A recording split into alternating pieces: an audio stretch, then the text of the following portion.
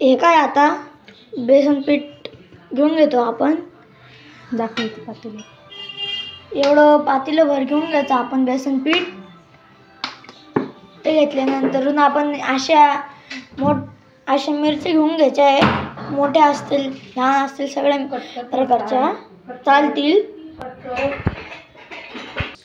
आता मिरच्या अशा आतून या अशा कापून घ्यायच्या आहे.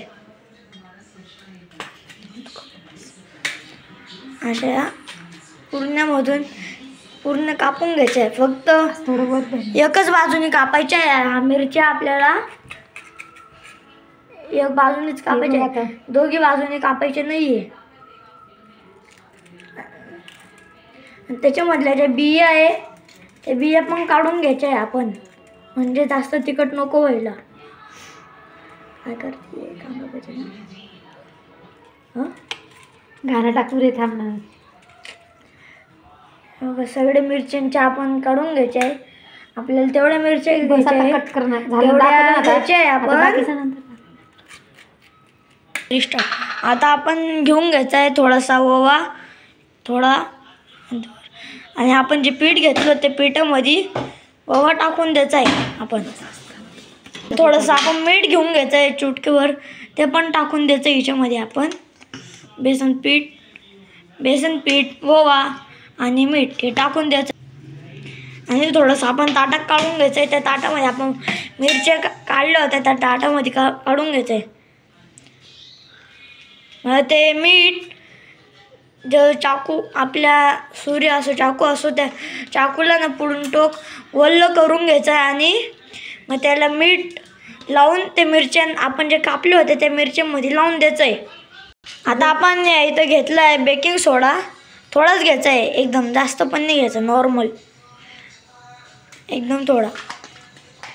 आणि आता आपण ते ओवा, बेसन पीठ आणि मीठ घेतलं होतं आणि त्याच्यामध्ये बेकिंग सोडा टाकला होता. त्याच्यामध्ये थोडंसं पाणी टाकून कालवून घ्यायचं आहे त्याला. आपल्याकडं काय पण असतं त्याच्याने असं पूर्ण आपण ते पीठ कालवून घ्यायचं आहे. त्याच्यामध्ये थोडं जास्त पाणी घ्यायचं आहे आपण, त्याच्यात थोडंच पाणी घ्यायचं आहे.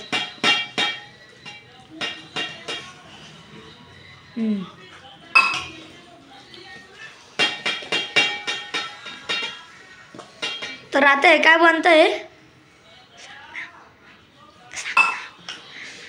आता हे बनतंय मिरची भजे.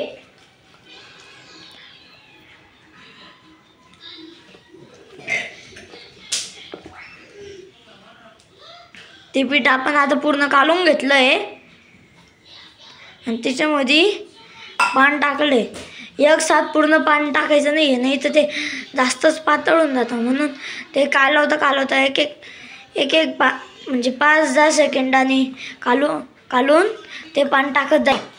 आता आपण जी कढई ठेवली होती ती बंद होता आणि त्या कढईला घालून गॅस चालू करून त्याच्यामध्ये तेल टाकून द्यायचं आहे. तपायला तेल गरम व्हायला ते टाकून द्यायचं आहे. थोडंच टाकायचं, जास्त लिमिटच्या बाहेर पण नाही टाकायचं. ते तेल आपण एकदम थोडं, बस इतकंच तेल आपण टाकायचं आहे.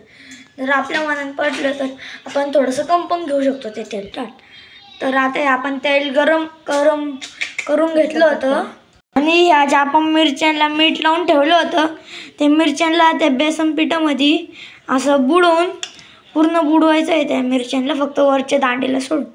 मग ते आता पहिले ते बेसन पीठ सगळं खाली निघून जाऊ द्यायचं. कट करते 2 मिनिटं, कट कर ना. आणि ह्या आता सगळ्या मिरच्या आपल्याला फक्त बेसन पिठामध्ये डुबवून सगळ्या अशा भरून ठेवून द्यायच्या आहे. आता इथं कसं ठेवल्या गेलं आहे तसं ठेवून द्यायचं स्टार्ट.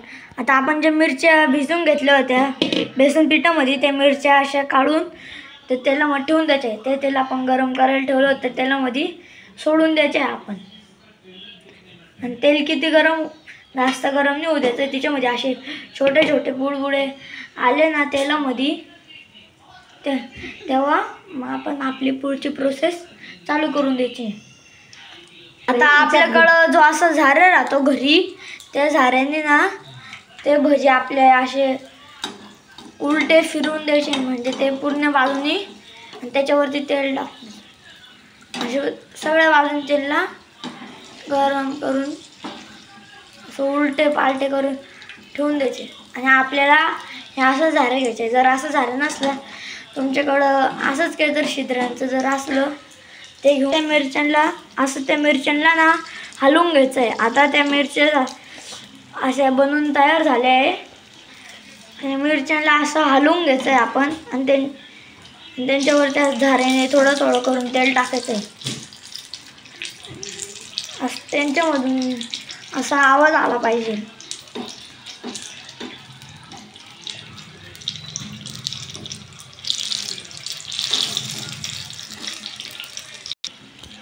तू काढला का बघ खाली.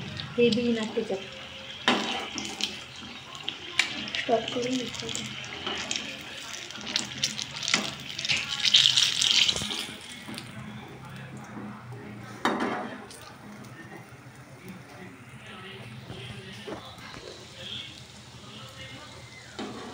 त्याचा असं पूर्ण रंग बदलेपर्यंत थोडासा लाईट ऑरेंज रंग होईपर्यंत त्यांना असं ठेवायचं त्याच्यामध्ये. आणि मग आपले तयार झाले हे कुरकुरीत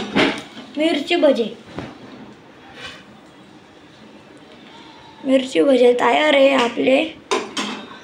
हे आपले